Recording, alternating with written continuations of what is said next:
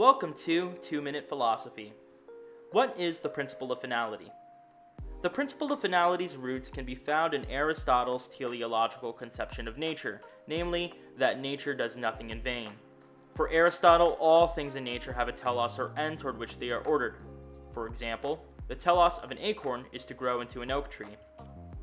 The principle of finality is adopted by Thomas Aquinas and summarized in the Summa Contra Gentiles as omne agens agit propter finem, or every agent acts for an end.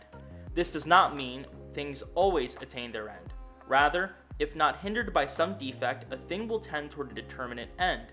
The eye is foreseen, but this does not mean all eyes are capable of sight. So long as there is no defect in the eye will attain the end of sight. The principle is also presupposed in Aquinas' fifth way for the existence of God, which observes that things which do not have reason almost always act for an end. For example, sunflower seeds almost always become sunflowers.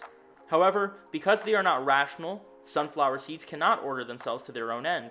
Therefore, a rational being must order non-rational natural agents to their ends, and we call this being God. In his book, The Realism of the Principle of Finality, the 20th century Dominican Thomist, Father Garrigou-Lagrange, defends St. Thomas's observation that every agent acts for an end. Were an agent not to act for a definite effect, all effects would be indifferent to it.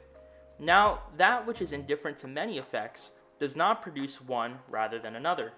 Hence, from that which is indifferent to either of two effects, no effect results, unless it be determined by something to one of them. Hence, it would be impossible for it to act. Therefore, every agent tends to some definite effect, which is called its end. If a sunflower seed did not tend by its very nature to any end, it would have no reason to become a sunflower, as opposed to becoming a dog or a fire hydrant. In fact, it would have no reason to act at all. It would remain in a state of indeterminacy. Thus, we can find security in our knowledge of the principle of finality, or that every agent acts for an end, in our understanding that without an end to be attained, an agent would never begin to act, nor have a reason for arriving at one end as opposed to another.